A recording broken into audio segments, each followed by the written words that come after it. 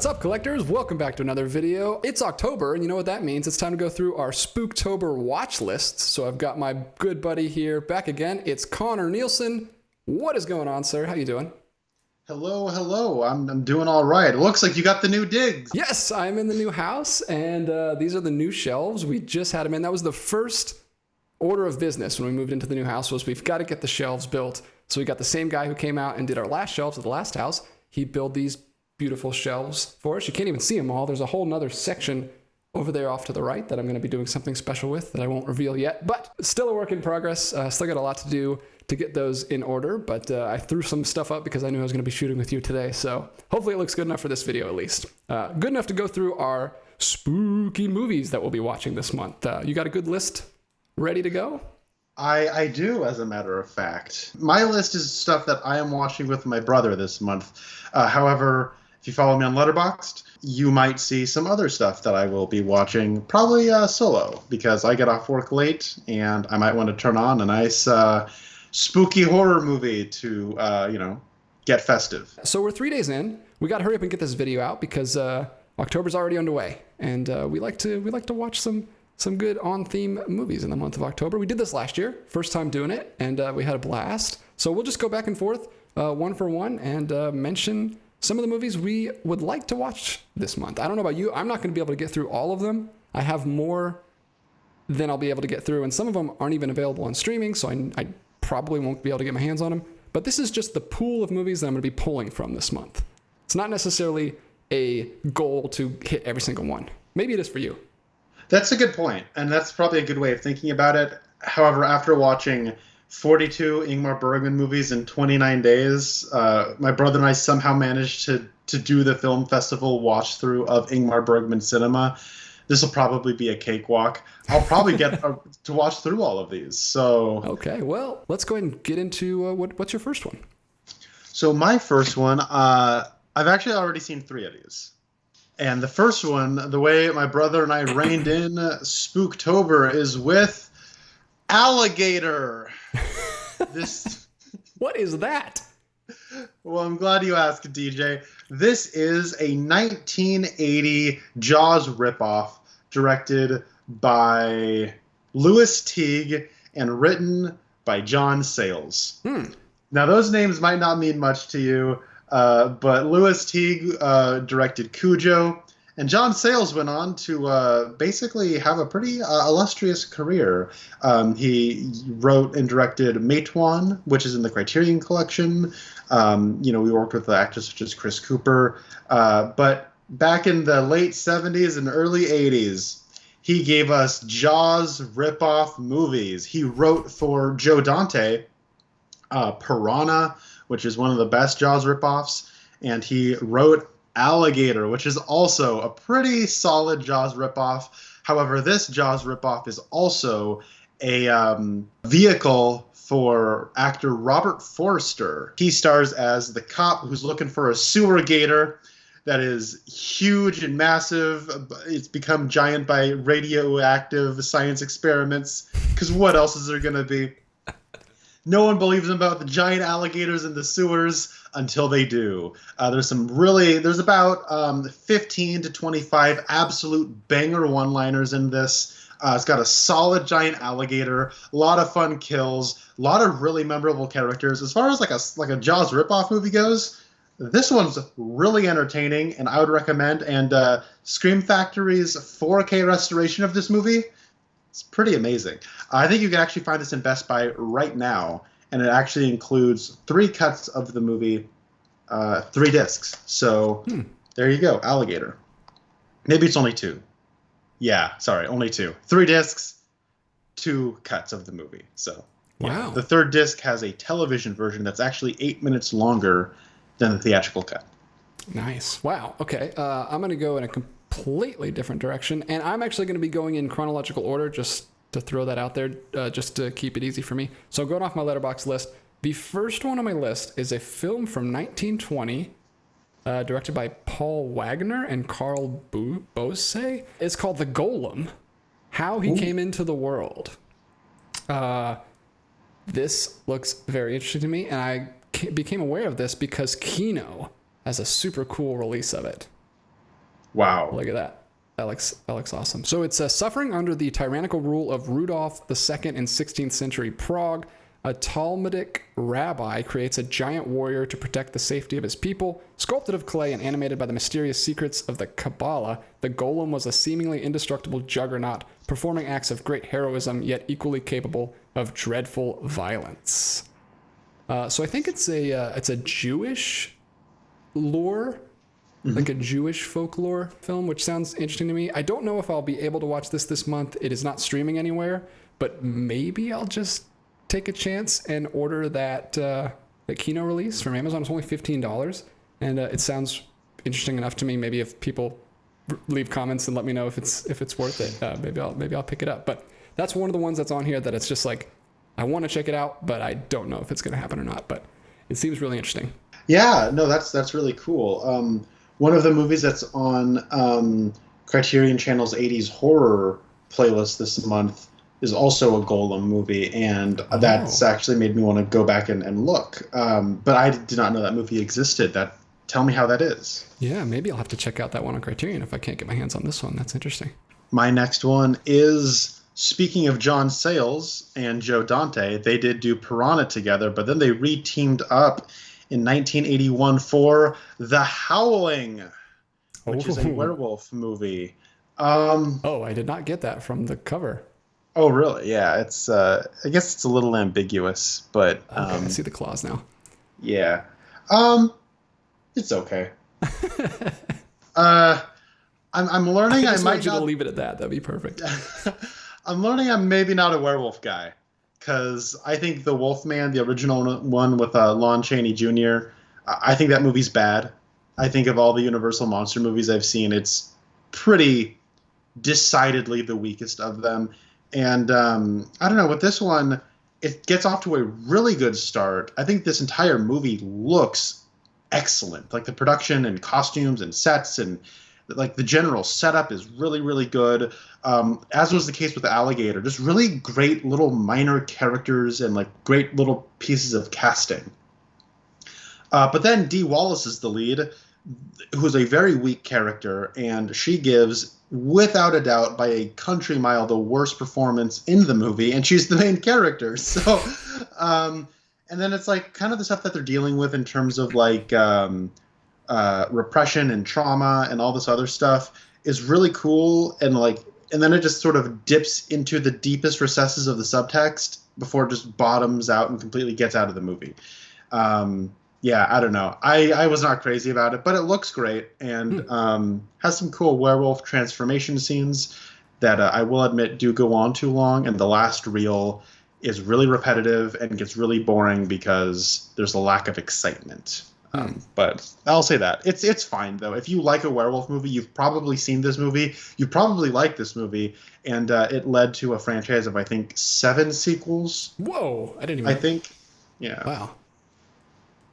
All right, my next one, I don't really need to say anything about because everybody knows what this movie is. It is the Cabinet of Dr. Caligari. I have never seen this. I have also never seen that. Oh, you haven't? Okay, so this might, like I said, this might be one that I might not get to. It's not currently streaming according to the Letterboxd app, but that could probably be one I just go ahead and buy the Kino, right?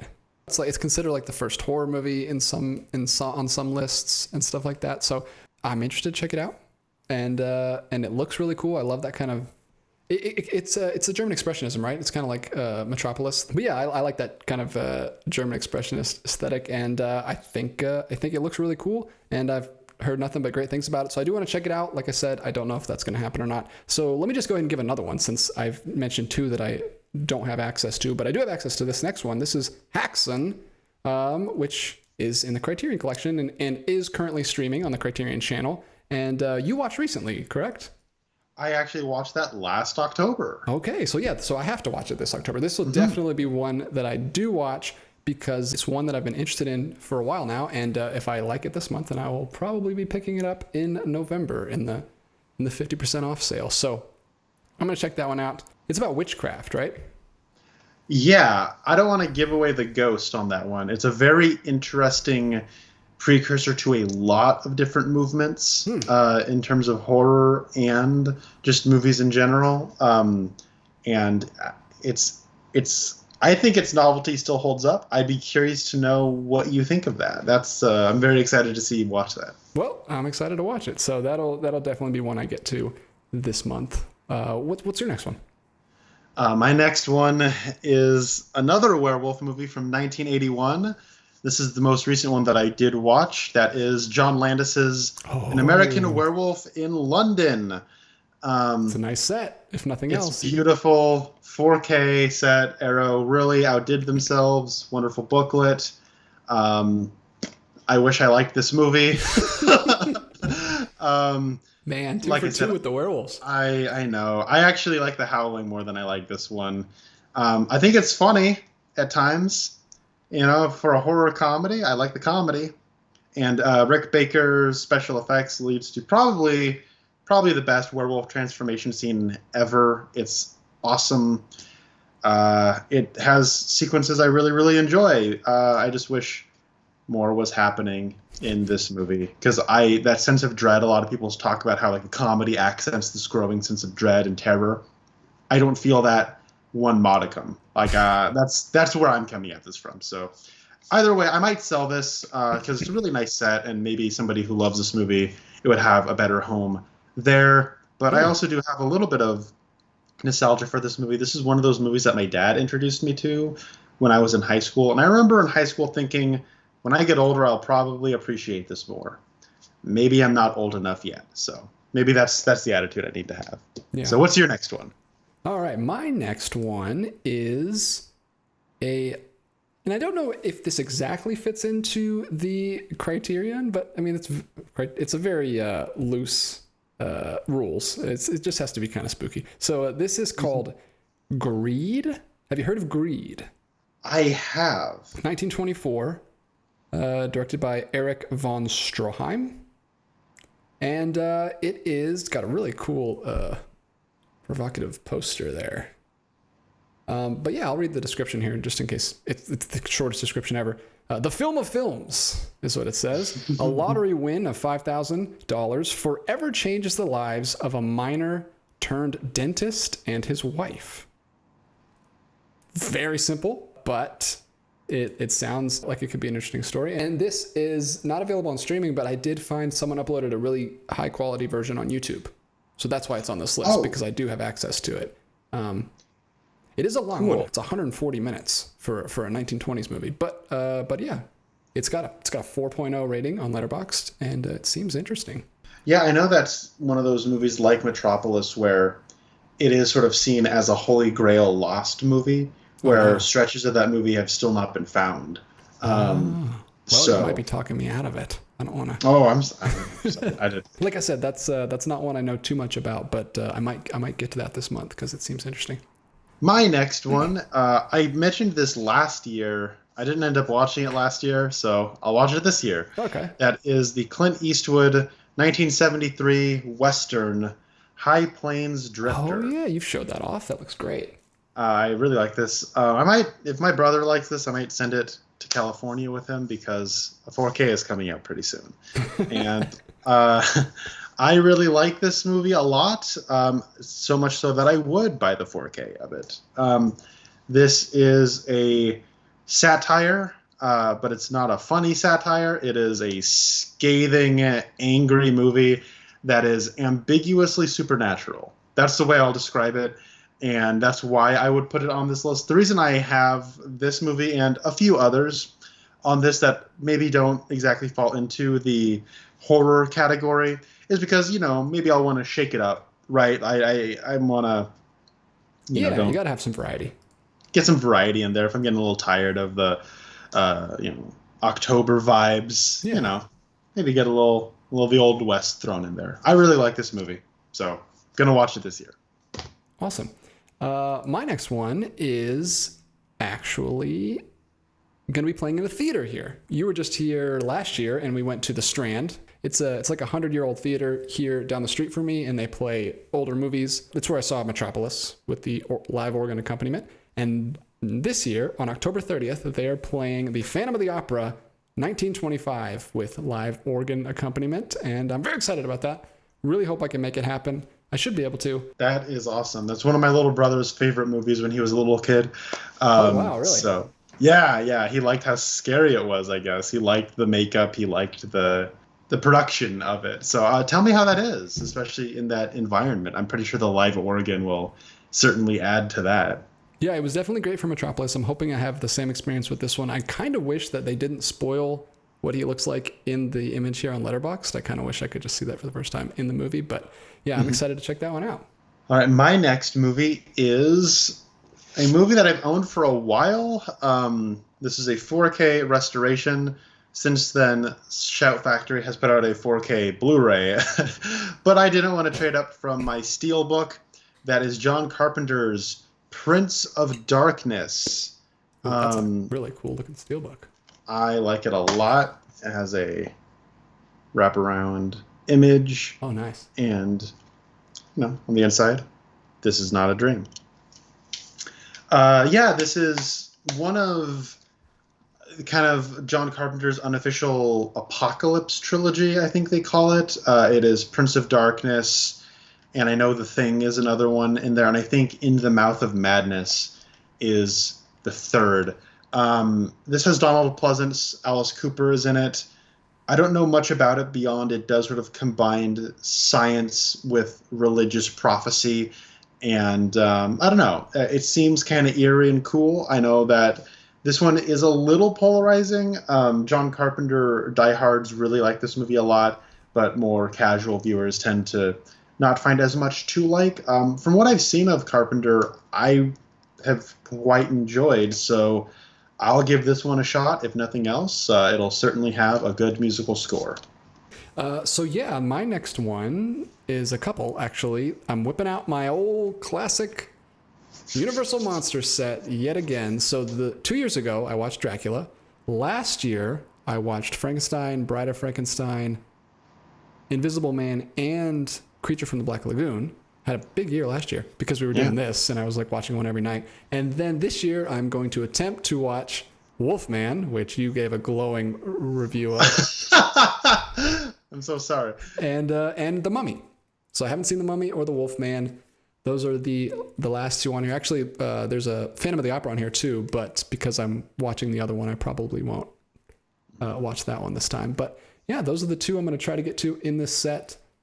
And then I will almost be finally done with this beautiful box set that I have, which I'm sure there's a 4K better version of now. I don't know if it includes all of this, though. Isn't the 4K just like 4 movies? Yeah, and then they're putting out a second collection this year. Oh, okay. So yeah, I really like this one because it's so compact and looks really nice, and it has a ton of movies on it. So Wolfman and Mummy, I will attempt to get to this year. Oh, man, now I feel bad. You're good. No worries. My next movie is another Steelbook. I actually just got this in the mail yesterday. That is the 1992 film from director Francis Ford Coppola. That is Bram Stoker's Dracula, starring Gary Oldman and Winona Ryder. Wow. Obviously, Keanu Reeves, too. Somewhat infamously, but it also has Anthony Hopkins. This movie is, at least if nothing else, very famous for its craft. The idea behind this was Francis Ford Coppola wanted to make this movie with only limiting himself only to the tools that they could have used in 1931 when they made the original Dracula. So basically the idea is like, look what we can still do with all this old technology. So he does double exposure shots. He utilizes a lot of miniatures. He, put a lot of innovation into the practical effects. And apparently there are sequences done on old hand crank cameras. Sounds like it's right up my alley, even if it might be a little style over substance or whatever. If you got enough style, that'll get me through a movie. And I know when I was growing up, people said this one was not very good. But as time has gone on, people have really come around on this, I think. And I want to check it out. Finally know for myself. Very cool. My next one is a movie that came on my radar when we talked about Joan of Arc a few months ago. Passion of Joan of Arc. This is another Dreyer movie, Carl Theodor Dreyer. It is Day of Wrath. Ooh.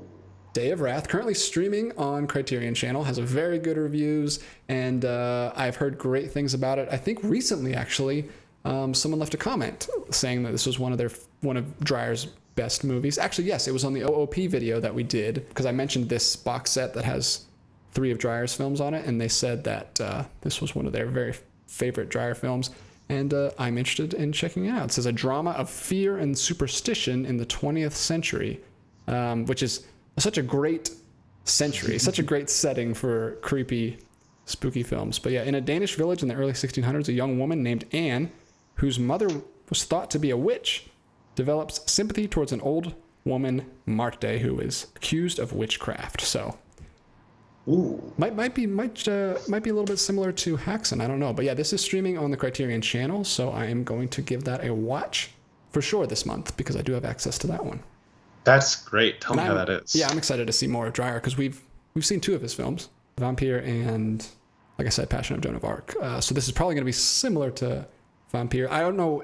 I was going to say I don't know if this exactly fits into the theme, but I mean, just reading that description, it sounds like it's totally fine.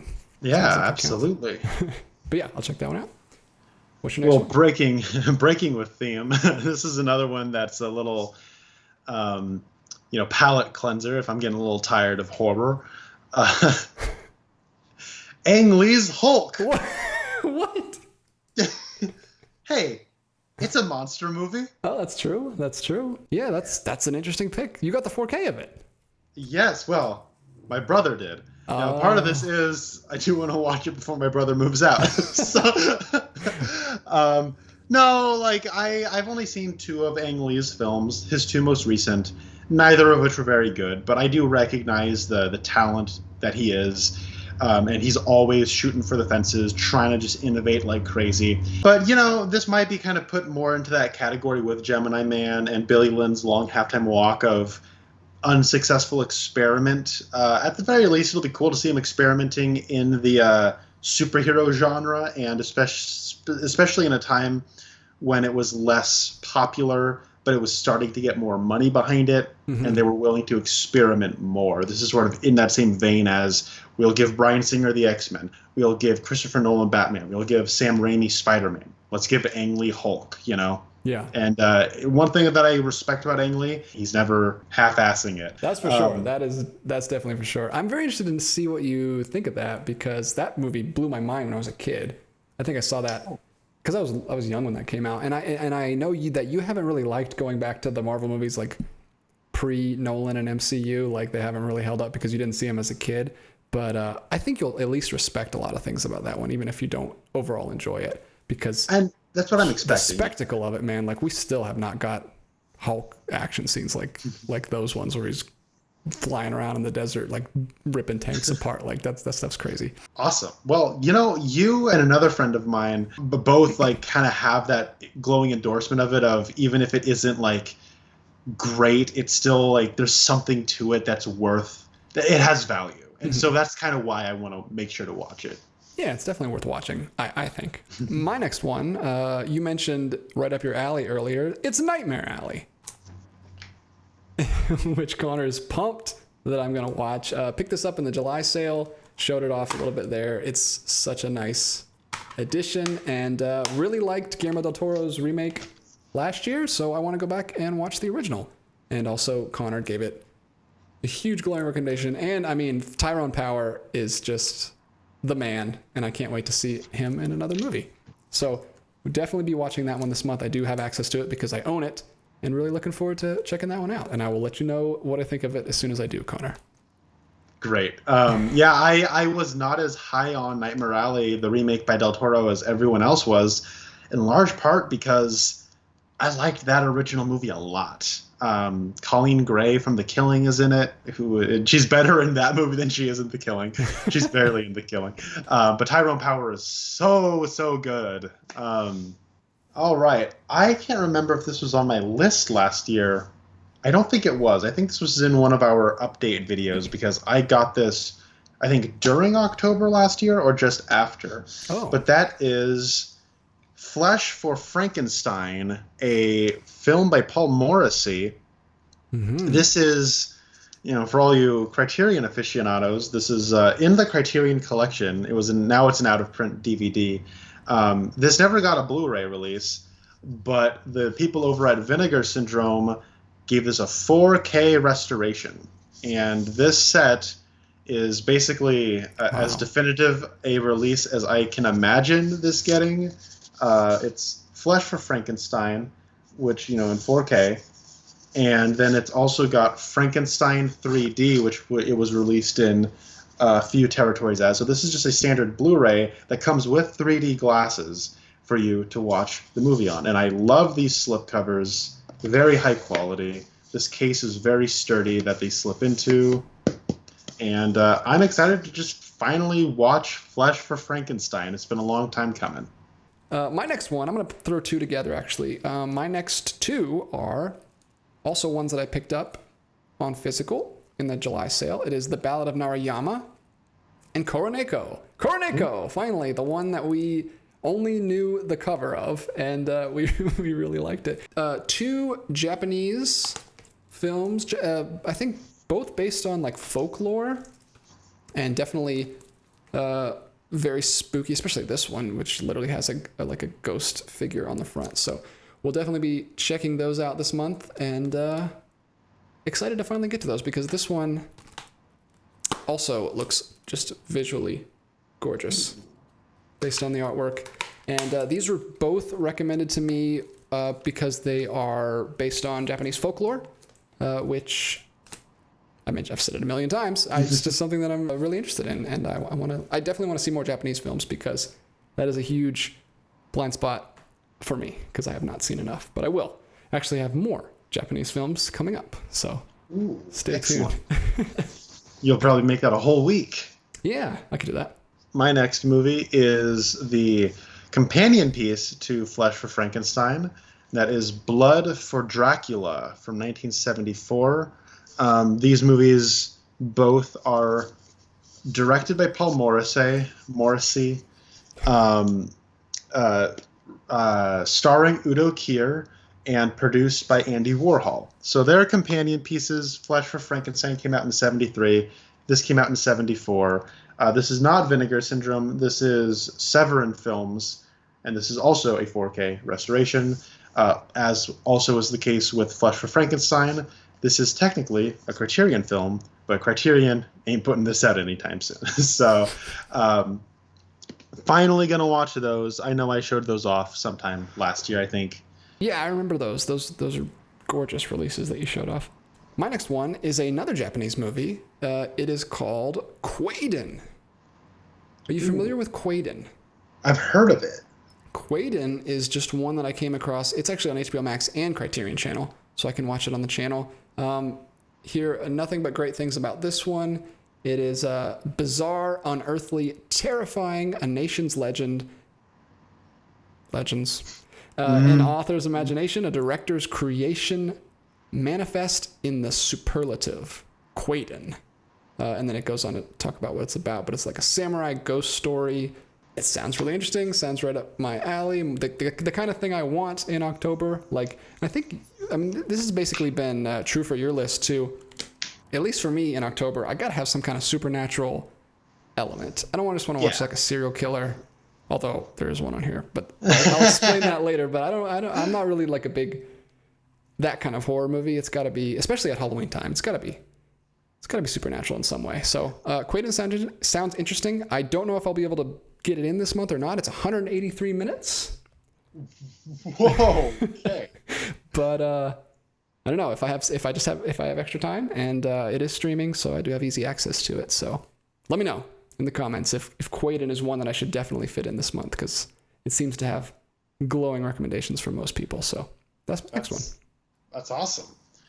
All right. These next, I should have combined Blood for Dracula and Flesh for Frankenstein, but I'll combine these next two into one. That is Guillermo del Toro's Hellboy duology. Oh, that's such a good thing to watch. You've seen both of these, right? I have seen both of them. My brother has not. So I want to sit next to someone when they watch Hellboy 2 for the first time. Me too. Oh, I'm so excited.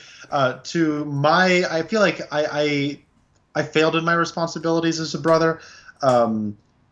Right before I made sure to watch both of these, and then I went right after watching Hellboy 2. I went to the theater with my brother to watch the 2019 Hellboy movie, which is still to this day the only Hellboy movie he's seen. Oh no! Which is a strong contender for worst movie I've ever seen in my life. That movie is completely dreadful and horrible in every way. But these are not.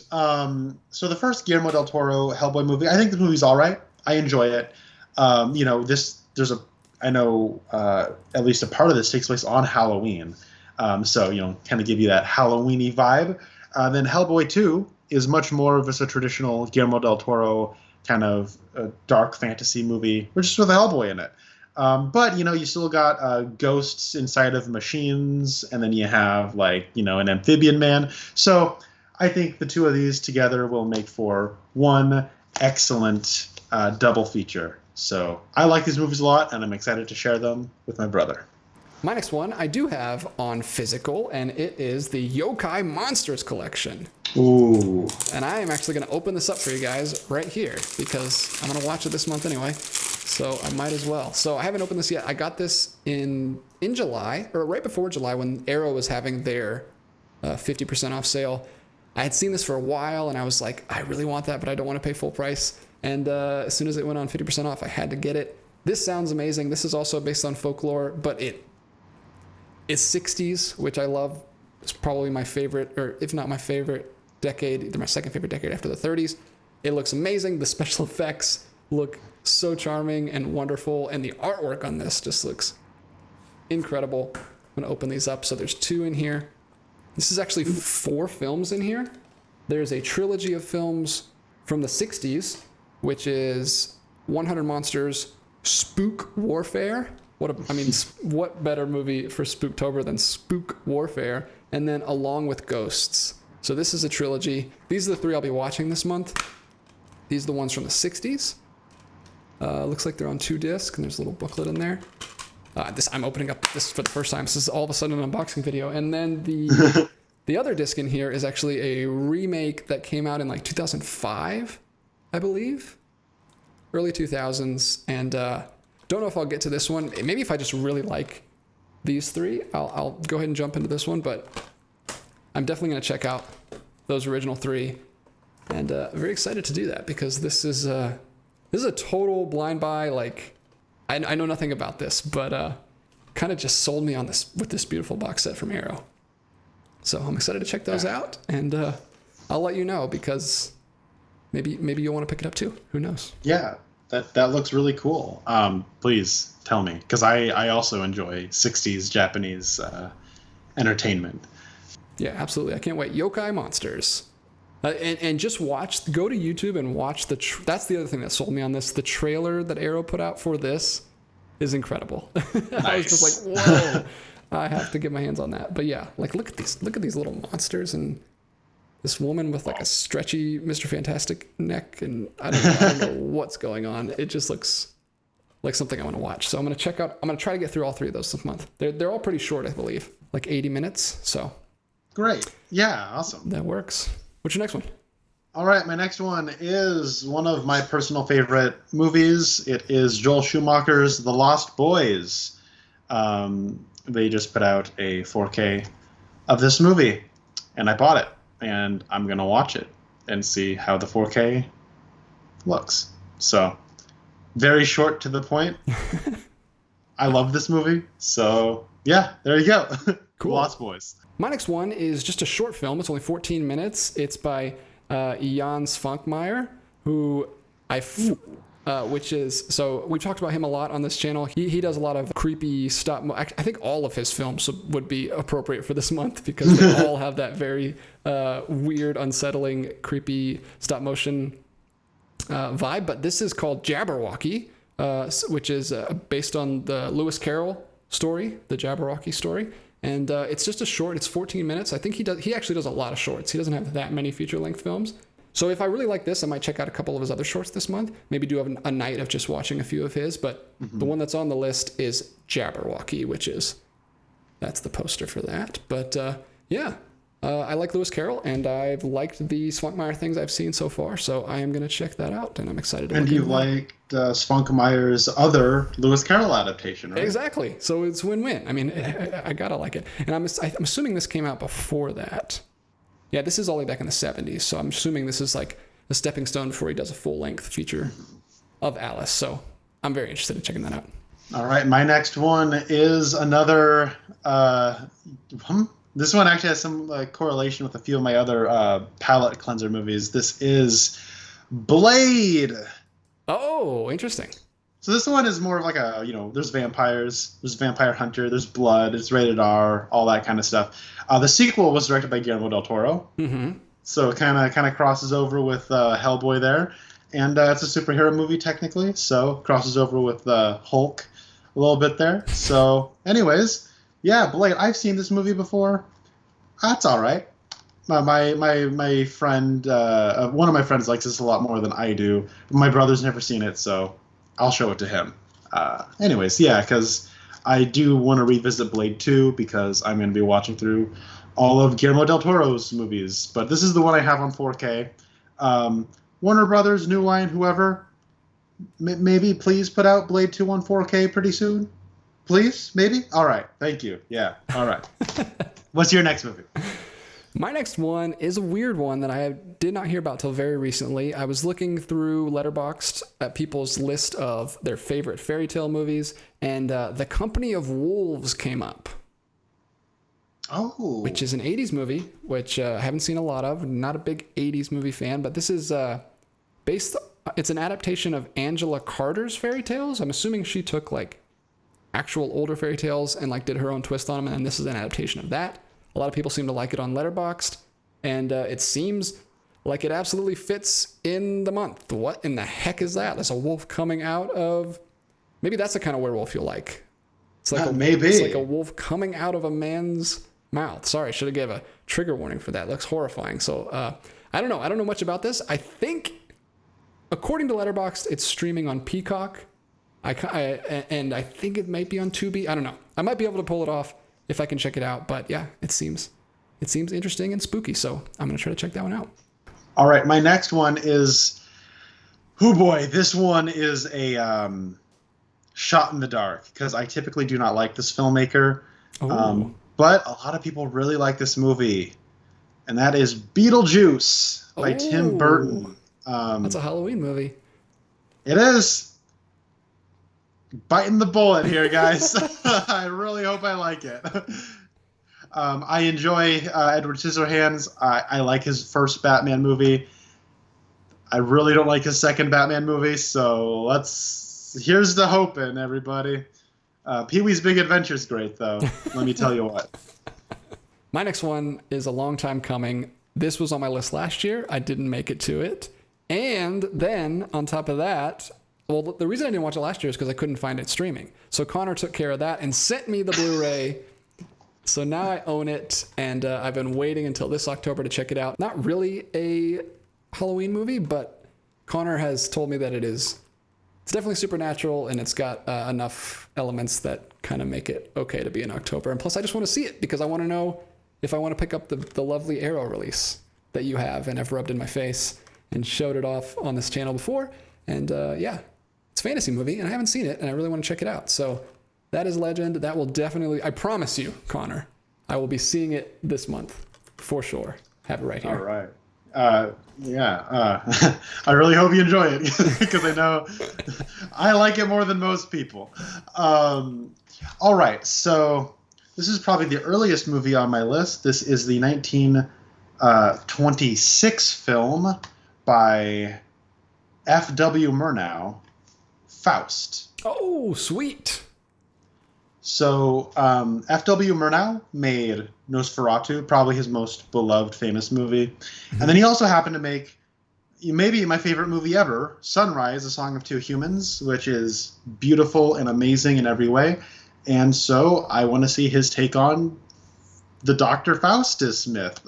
So yeah, Faust. This also includes an alternate 1930 cut of the movie. So this is by Kino Classics. So I am finally going to watch this. I've had this for a long time, but I really like silent film. I really like F.W. Murnau. So here we go. Faust. Finally going to watch that one. Man, I was going to tell you that if you really like that one, you should go ahead and watch Svampmeyer's Faust, but it's not on Criterion Channel anymore. No! Yeah, no! It was. I watched it last year, but it's not there anymore. But that one was bonkers. That was a crazy movie. Speaking of what looks to be an insane movie, the next one I've got is a Chinese ghost story. Have you heard of this? This is streaming on Amazon Prime right now. And I've heard about it through Letterboxd. Look at this poster. Wow. Is that not the most metal poster you've ever seen? What is happening? It's like is that a Gilman with a cape? Giant Skeletor looking dude and like a romance thing and a giant sword. Looks amazing.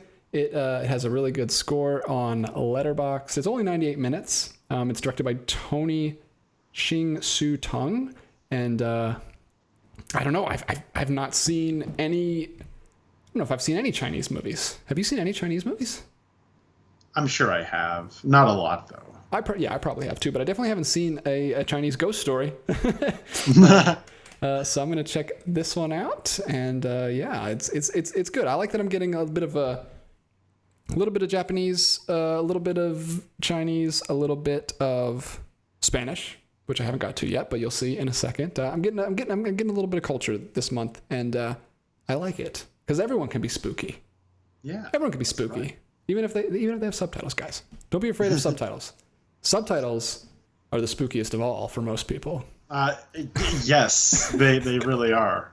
But we're not afraid of them here on this channel, and there's just a ton of great stuff to watch. So I'm gonna check that one out. It's on Prime now. Hopefully it stays there because The Pit and the Pendulum was originally on my list with Vincent Price, which I was excited to see because I haven't seen a Vincent Price movie, but Prime just dropped it. Why would you drop it in October? What? That's when I wanted to watch it. So that's a bummer. I won't be able to check that one out, but Chinese Ghost Story. It's my next one. All right. This movie is, I don't even know if it's technically a movie. I don't know where this premiered. But it's a little bit of a novelty. It's called the WNUF Halloween Special. Like I was from Vinegar Syndrome last year. This might have been on my list last year. I didn't watch it, but you've definitely showed that off though. That's beautiful. Yes, I really like this release a lot. Kind of has that whole, going to like the consumer grade like VHS where you can just buy it for your own if you want to. And then the spine looks like a VHS. Anyways, I know Jay Bauman from Red Letter Media always kind of recommends this as like a fun, get into the Halloween spirit kind of special. So I will watch it and see if I like it myself. My next one is Guillermo del Toro's The Devil's Backbone. I've watched del Toro's other two films that are in the Criterion Collection, which is Pan's Labyrinth and Kronos, and I loved both of those. Those are two of my favorite of his films, so I'm excited to check out The Devil's Backbone. I know this is one of his personal favorites that he's made, and had to get some del Toro on this list. Couldn't let Connor hog all the del Toro, so that's on my list. Just picked this one up, and I can't wait to check it out. Looks great. Mike Mignola's art is so good. It's awesome. This is one just came in the mail yesterday.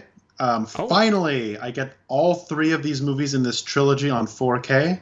But Shout Factory just put out Army of Darkness on 4K. Oh, wow. This is a 4-disc set. It includes... So disc 1 is the theatrical cut on 4K. Disc 2 is the theatrical cut on Blu-ray, where they include a murderer's row of bonus features like good night. Look at all the bonus features that come on that second disc. Jeez. Disc 3 is the director's cut on Blu-ray, and then disc 4 includes the international cut and the television cut. So definitive as a release as this is likely ever going to get. I already own the first 2 Evil Dead movies on Blu-ray courtesy of Lionsgate, and now Shout Factory has released Army of Darkness. This is the one in the trilogy I have not seen, so I might just make a night of it and watch the entire trilogy. So, yeah. Army of Darkness. Sweet. That's the one of those 3 that I might be tempted to check out, because it's like a fantasy thing Austin told me about. So these next two I was planning to watch this month, and one of them was even streaming at the beginning of October, and now it's no longer streaming, which is a huge bummer. One of them is The Host, which I've been trying to watch for a couple years now because I really like Bong Joon-ho, and I want to watch some of his earlier stuff, some of his earlier Korean stuff, but that's just never streaming anywhere. I can never find it. I can probably just rent it. Maybe I'll just break down and rent it this month. But the other one that I was going to watch this month is Zodiac. Zodiac is a movie that I started like a couple years ago and for whatever reason never finished, and it's just been like a running joke with me and one of my other friends that both of us have never finished this movie. So I was like, we're actually gonna watch it together this year and maybe do a commentary on it, because it's October and it kind of fits in, and also the Batman came out this year and there's some connections there because he's kind of like that Riddler. But I can't watch it now. It was on Amazon Prime when the month started, and now it's not anymore. So that's a huge bummer. But something that is streaming and that I will watch this month, or I'm going to try to, is Let the Right One In. Have you seen that? I think you have. I have, actually. I think that was either last year or the year before. Okay. I'm going to try to get to it. It is on Amazon Prime, Criterion Channel, and Hulu. So hopefully, I don't think all three of those are going to drop it this month. So I'm going to try to check that one out if I have time. What's your next one? Well, you brought up streaming, and I am probably just going to list through a few of them right now just to say what I'll watch. Criterion Channel has an 80s horror playlist that I'm going to watch Paul Schrader's Cat People. I'm going to watch Catherine Bigelow's second film, Near Dark, which is infamously one of those movies that just doesn't have hardly any presence on physical media. So it being streamed right now is kind of a big deal. And I'm going to watch the 1988 The Blob remake. I watched the original Blob last year. I found that movie charming, but a lot of people really, really like that remake. And then I'm also going to try to get around to watching Trick or Treat. I think that's streaming on HBO Max right now. But that is Michael Dougherty's first film, Halloween anthology, kind of a beloved one that I think was a straight-to-video movie that has gotten some theatrical runs because of how kind of celebrated it's become. All right. My next one is Robert Eggers. I feel like I have to finally watch a Robert Eggers movie. I have not seen any of them, and everyone seems to think he is wonderful. And I think I'm going to start... Well, this is the one that is streaming currently on HBO Max, so I think I'm going to check out The Witch. Huh? I think of all of his movies, that'd be the one you would like the most. Oh, okay, good. Because it's the one I like the most, and you and I have a similar upbringing in a very specific way that I think would allow you to relate to the historical sort of mythology it's playing with. Okay. It's pretty good. Pretty good movie. Okay, see, I'm not a big horror guy, so that's what kind of holds me back. That's like the most strictly horror film he's made, right? Yeah, sure. It's so I don't know if you know this. That movie has a subtitle. It's called The Witch, A New England Folktale. And so it is sort of like a movie campfire story. It's very creepy and eerie. It's not really scary, like jumps and jolts and loud noises. Okay. And that's also the movie that introduced me to Anya Taylor-Joy, who is one of the best actresses around. So good movie. Yeah, she's in everything now. Like she's in like 20 movies a year. It's insane. So yeah, I'm excited to finally check that one out. Speaking of witches, there's some other movies that I know one of these is streaming. I think both of them, though. Nicholas Roeg's 1990 film The Witches, which is an adaptation of the Roald Dahl novel or kids book.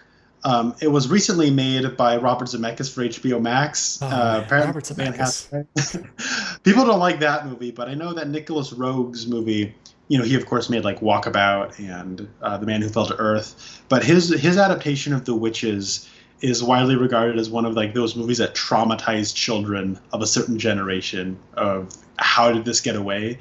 And then also keeping it with witches, The Witches of Eastwick is a movie I really, really, really want to see. That is George Miller, and it stars my guy, Jack Nicholson, but also Michelle Pfeiffer, Susan Sarandon, and Cher as witches, The Witches of Eastwick.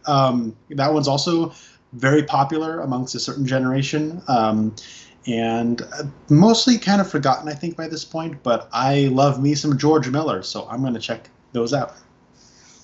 That is very interesting that you say that, because The Witches was also on my list, the Roald Dahl one. I was kind of back and forth whether I was going to mention it or not, but I think I do need to keep that one on here just because I need something that my wife is going to want to watch with me this month. And I think I can maybe get her to watch that one. But yeah, she's not a big horror person, so a lot of these I'm going to be watching by myself. But but yeah, that's apparently one of the better Roald Dahl adaptations. I've also wanted to watch some more of the Roald Dahl adaptations because there's actually a lot more than I knew about. And Wes Anderson's making a new Roald Dahl adaptation soon, and also Netflix is doing that Roald Dahl TV show. So I don't know. I've been in a Roald Dahl mood. He's not my favorite children's author. I don't love a lot of his. He definitely has a style, a very like, it's more of a nastier, like, oh yeah, mean-spirited style than I usually like. I usually like things a little more sincere. But I mean, some of the movies based off of his work are incredible. Fantastic Mr. Fox, Willy Wonka and the Chocolate Factory, like they've made great movies. So I'm interested to check out The Witches, excuse me, and The Witch. Apparently, that's I'll just go ahead and claim that one for this pick because that was a little later, but I'll go ahead and say it now. All right. Well, another movie. This is actually going to be a rewatch. My brother and I watched this last year, and while I was watching it, I enjoyed it. But I was wondering why so many people love this movie. And then I got to the ending of it, and I was like, oh, I get it. And now I want to watch it again now that I'm on the inside with it, right? And that is Edgar Wright's Shaun of the Dead. I have this 3-movie pack that doesn't even have a slipcover. I really missed my chance to get these individually, but this is what I got. The 4K does look great, though. Cool. This good. Movie is very funny, very heartfelt and sincere, and very. I get why this connects with a lot of people. If you've ever been a slacker or felt stagnant in your life, this is a very relatable movie, and it's also very mature and thoughtful, and speaks to that kind of way of life in a way that is, relates to it, but also is motivating you to get out of that way, that point in your life. Because sometimes, getting out of those stagnant moments in your life, it's comfortable, but it can feel like the end of the world or a zombie apocalypse, maybe. And that's, to me, what it's all about. It's about a relationship that needs to end, but maybe not the relationship you think it is. And it's really, really good. I like this a lot, and I'm excited to check it out again. This might become an annual watch for me. And the second film on that set also makes for a good Halloween month movie. Oh, you think so? I think so. Hot Fuzz? I think Hot Fuzz is very Spooktober relevant. I've never heard it. I'll probably end up watching that too. Have you not seen it yet? No, of these 3, I've only seen Shaun of the Dead. Oh, well then definitely. 100% you need to watch that this month. Okay. Well, and also, I went to the new. It is not what I thought it was. I thought it was just like his version of a buddy cop movie. It's not. It is. It is. It is that, but it's another genre too that fits perfectly in October. Well, I also know. Oh, I'm gonna watch it then. Okay, cool. My number just went up by 1. But I also think that The World's End, I think, is gonna play for me that I don't, in a way that I don't think it probably plays for a lot of people. I know a lot of people like The World's End, but they see it like has the least of this trilogy. After I visited you in Atlanta, I went to LA to visit my buddy Rasco. We went to the New Beverly Cinema, which is Quentin Tarantino's movie theater, and they were playing a double feature of American Graffiti and Dazed and Confused, 2 of my all-time favorite movies, hangout movies, right? And apparently that double feature was originally programmed by Edgar Wright in 2013 in promotion for The World's End. And I was like, The World's End is a hangout movie? Oh, well, I got to see this now. No one ever told me that. So, so I might end up watching all 3 of these this month. So look at that. 1 pick became 3. That's awesome. Yeah, I think you're going to enjoy all 3 of those. But I really like Hot Fuzz. I think that might be my favorite of the 3. Oh, cool. My next one is A little bit more Guillermo. This is the other film. So there's only 2 films of Guillermo's that I haven't seen. It is, I've already mentioned, The Devil's Backbone and then Crimson Peak. So these are the last 2. So I can finally do a ranking video for all of Guillermo del Toro's films. I've seen all of them except for these 2. I know a lot of people don't love this one. It's kind of his later, more studio movies, but I don't know. I'm in it now. I got to watch all of his films. I'm so close. I have to check them all off. And this has been streaming on Netflix forever, and it still is. So I'm gonna check that one out. Excellent. That was my first Guillermo del Toro movie, actually. Oh, wow. I saw it in theaters. I didn't really know what to expect, and I don't want to give away my thoughts on that because I don't really have any. That's one I want to revisit because I feel like I would have more of an appreciation for it if I watched it now, because I don't think I knew what he was even trying to do, and I didn't know what to get out of it. So you know what I mean? So like, it didn't really affect me in any way. And you're not familiar with his style yet, so you wouldn't appreciate all that stuff, which you probably would now that you've seen other films of his. And I was a much more, I don't know, as a viewer, I was much more susceptible to public consensus. And so when that was coming out, it was like people were just kind of going, it's okay, it's not that great. And so I watched it and I was like, you know what I mean? Yeah. Yeah, I don't know. I feel like knowing who, as an artist, who he is now and how much I respond to his work, that's one that might honestly be in for a revisit for myself. So cool. I'm happy you're watching that. Well, I might need a partner to do that video, the Guillermo ranking. So if you want to hop on. Hey, I am. If you're inviting me, I'm showing up. All right. All right. You got a couple more? Yeah, just a few more. This is another revisit for me, but my brother has not watched this. This is one of Wes Craven's very first films from 1977, The Hills Have Eyes. This is Arrow Video. They actually just put out a 4K of this movie. I don't know how you remaster this movie on 4K, because honestly, what I like about this movie is how dirty and cheap this movie is. It is shot on like 16 millimeter, I think. It's so grainy. It's so gross. It's 90 minutes. It looks like a snuff film. But this movie is, I don't know, very visceral, and I really like Wes Craven as a filmmaker. I've come to find out. I think there's a sort of sense of fun about his movies, even amongst his more grisly and maybe less tasteful movies. There is some kind of gleeful craft behind it all, and this one I certainly appreciate. So I don't like it as much as The People Under the Stairs, which is one of my favorite movies that's ever been made, but I do like this, and I think my brother would too. So, The Hills Have Eyes. All right, I have a couple left here, and these are modern ones that I don't know if I'll get to, unless I'm feeling like I want to watch something more modern after watching a lot of more classic, well-known horror films. So this is called Thelma. Let me know if you know what this is. This is Thelma from 2017.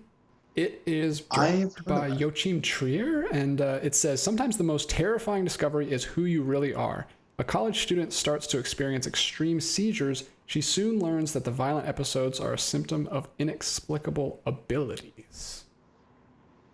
So, little creepiness, little superpowers, maybe? I don't know what that means. It's so vague. But it looks very atmospheric. It looks cool. Based on the poster alone, it looks visually interesting. I don't know what the dead hummingbird on her face means, but yeah, I think I found this just by browsing around on Letterboxd and seeing it show up on some people's lists. So yeah, this is streaming on Hulu, so I might check this one out if I can. 2017, that's very recent. I think that's the most recent one. I remember when that came out. Yeah, I didn't hear anything about it. I think I get that poster mixed up with The Nightingale, which is Jennifer Kent's second movie that I think came out around the same time. Oh, interesting. Which, yeah. All right. So yeah, I put this on here. The genres are drama, mystery, and thriller, so I think it kind of ties in.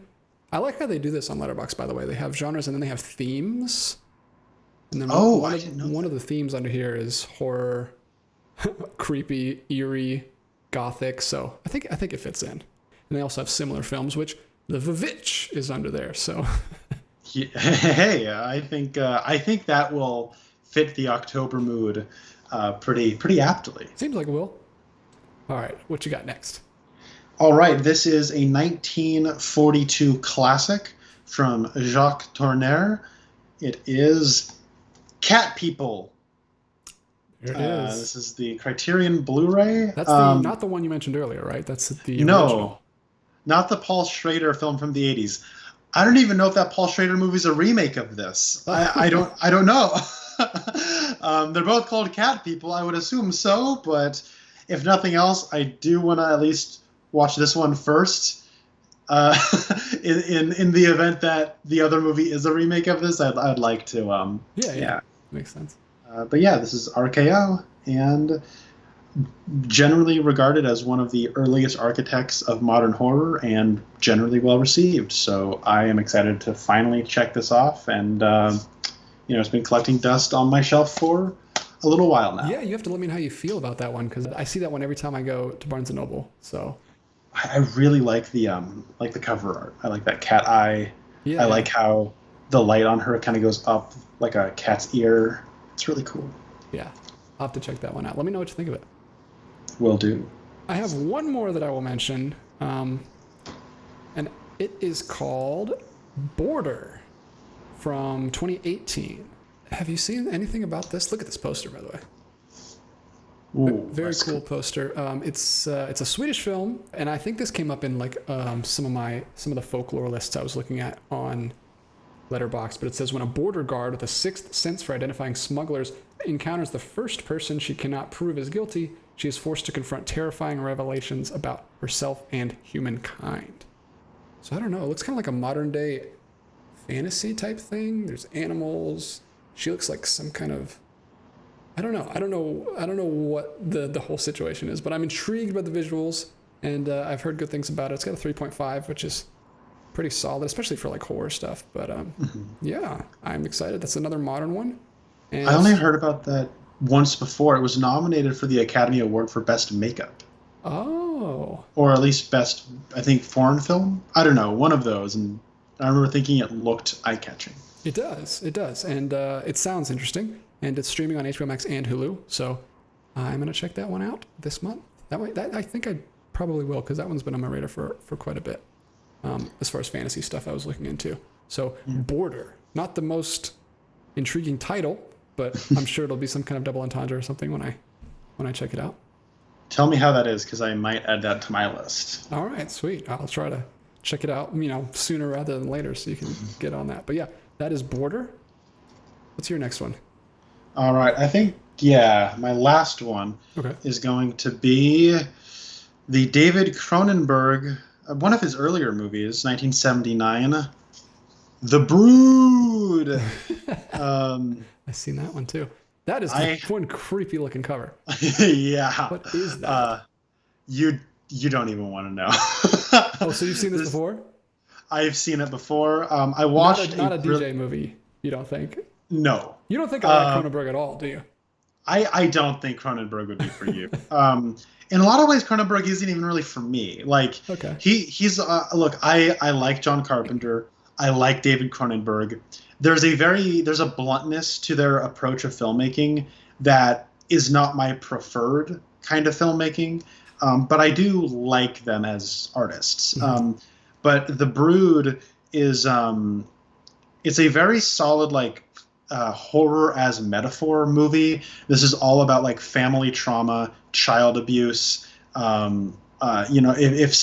people out there like The Babadook, maybe seek this one out too. This one is pretty lower budget, a little rough around the edges, but that does give it its charm. I watched a really low rip on YouTube, which was the only way I watched this for the first time.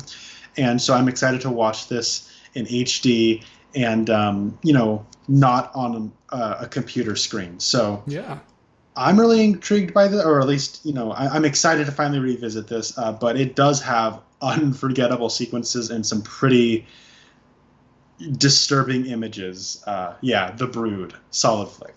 All right, so that is it. We just listed off a ton of movies. I don't know how many we'll get through this month, but here's hoping you get through as many as you can, Connor, and I will get through as many as I can, and we can maybe meet up at the end of the month and chat about them. That would be great. Yeah. And I mean, honestly, there might even be a handful that I might not get around to, or because I didn't get around to them, I was actually watching something else that caught my eye. Yeah. You know, I can be that way, especially when I'm watching something streaming. So, And like I said, apparently things can get dropped without any notice from streaming. So if something gets dropped or something gets added, my list might change a little bit. But we'll get together at the end of the month and give some closing thoughts on this year's Spooktober challenge. And we're going to watch as many spooky movies as we can this month. Obviously, we want to hear from you guys. What are you guys watching this month? Either new things that you're going to check out, like most of what we talked about, or things that you like to watch every year.